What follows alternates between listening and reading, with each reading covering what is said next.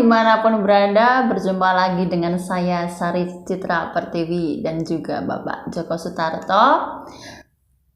Sebelum kita membahas tentang hukum yang up to date untuk hari ini, kami mengucapkan terima kasih yang sudah subscribe, like maupun komen, dan kami tunggu untuk like, subscribe maupun komennya di video kali ini maupun video berikutnya ya. Kali ini saya sendirian, tidak ditemani dengan Bapak Joko Sutarto, namun beliau bersedia untuk saya video call.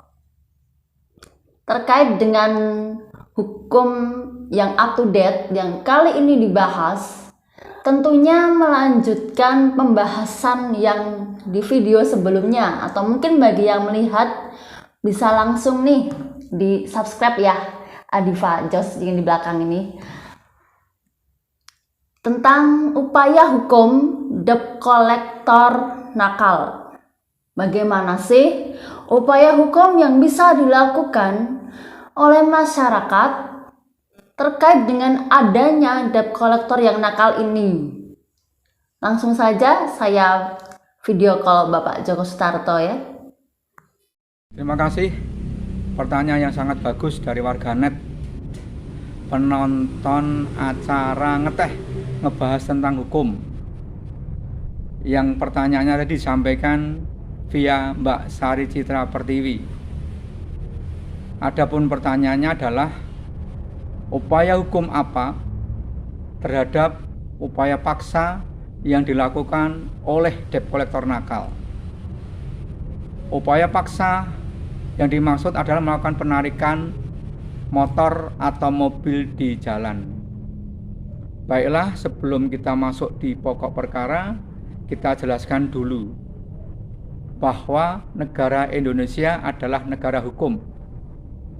Sehingga seluruh warga Indonesia tidak terkecuali setiap melangkah harus ada dasar hukumnya. Selanjutnya, sebetulnya siapa yang boleh melakukan upaya paksa? Yaitu 1. Hakim, 2. Jaksa, 3. Polisi, 4. Penyidik pegawai negeri sipil. Khusus untuk pegawai negeri sipil, polisi, jaksa, itu pun perkaranya harus sudah sampai di penyidikan. Apabila belum sampai di penyidikan, tidak boleh melakukan upaya paksa. Apalagi upaya paksa dilakukan oleh masyarakat sipil yang dalam tindakannya tidak ada alas hak ataupun dasar hukumnya. Untuk itu, bila tetap terjadi peristiwa atau kejadian penarikan motor ataupun mobil di jalan oleh sekelompok debt collector nakal, maka ada 2 hal yang bisa dilakukan. 1. Upaya hukum pidana dengan melaporkan ke polisi di mana tempat kejadian perkara itu terjadi. Artinya kita mencari lokasi polsek atau polres terdekat dengan tempat kejadian perkara tersebut. Yang kedua, yaitu upaya hukum perdata dengan melakukan gugatan perbuatan melawan hukum, yang mana bisa meminta ganti rugi baik moral ataupun material. Sekarang kita akan masuk lebih teknis lagi, yaitu bagaimana kita melaporkan ke polisi atas kejadian tersebut. Yang pertama, bawalah identitas diri, bisa KTP atau SIM. Kedua, uraikan perkara tersebut secara singkat, meliputi tempat kejadian perkara, di mana dan kapan. Selanjutnya juga uraikan sedikit tentang kejadian penarikan paksa tersebut. Bagaimana mereka melakukan, misalkan dengan cara menggedor-gedor pintu terdahulu, kemudian membuka pintu paksa, meminta SIM atau STNK atau bahkan kunci mobil. Itu dijelaskan kepada petugas kepolisian tersebut. Jangan lupa sampaikan juga nilai kerugian. Misalkan nilai kerugian motor seharga 15 juta atau mobil seharga 200 juta. Silahkan sampaikan dalam laporan tersebut. Kemudian selanjutnya bagaimana teknis untuk perdata.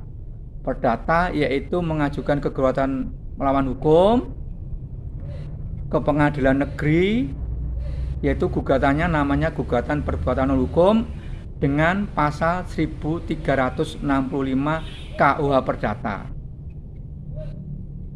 Di situ bisa diuraikan bagaimana peristiwa kejadian tersebut dan juga dilengkapi dengan bukti-bukti yang ada, hampir sama dengan yang di kepolisian.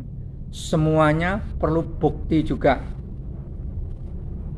Akhirnya bisa disimpulkan bahwa untuk upaya hukum terjadinya penarikan paksa, yaitu silahkan lapor ke kantor polisi terdekat dengan lokasi kejadian.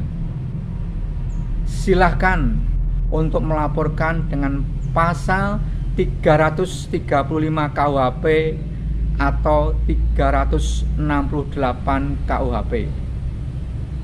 Sedangkan upaya hukum perdata yaitu mengajukan gugatan di pengadilan negeri.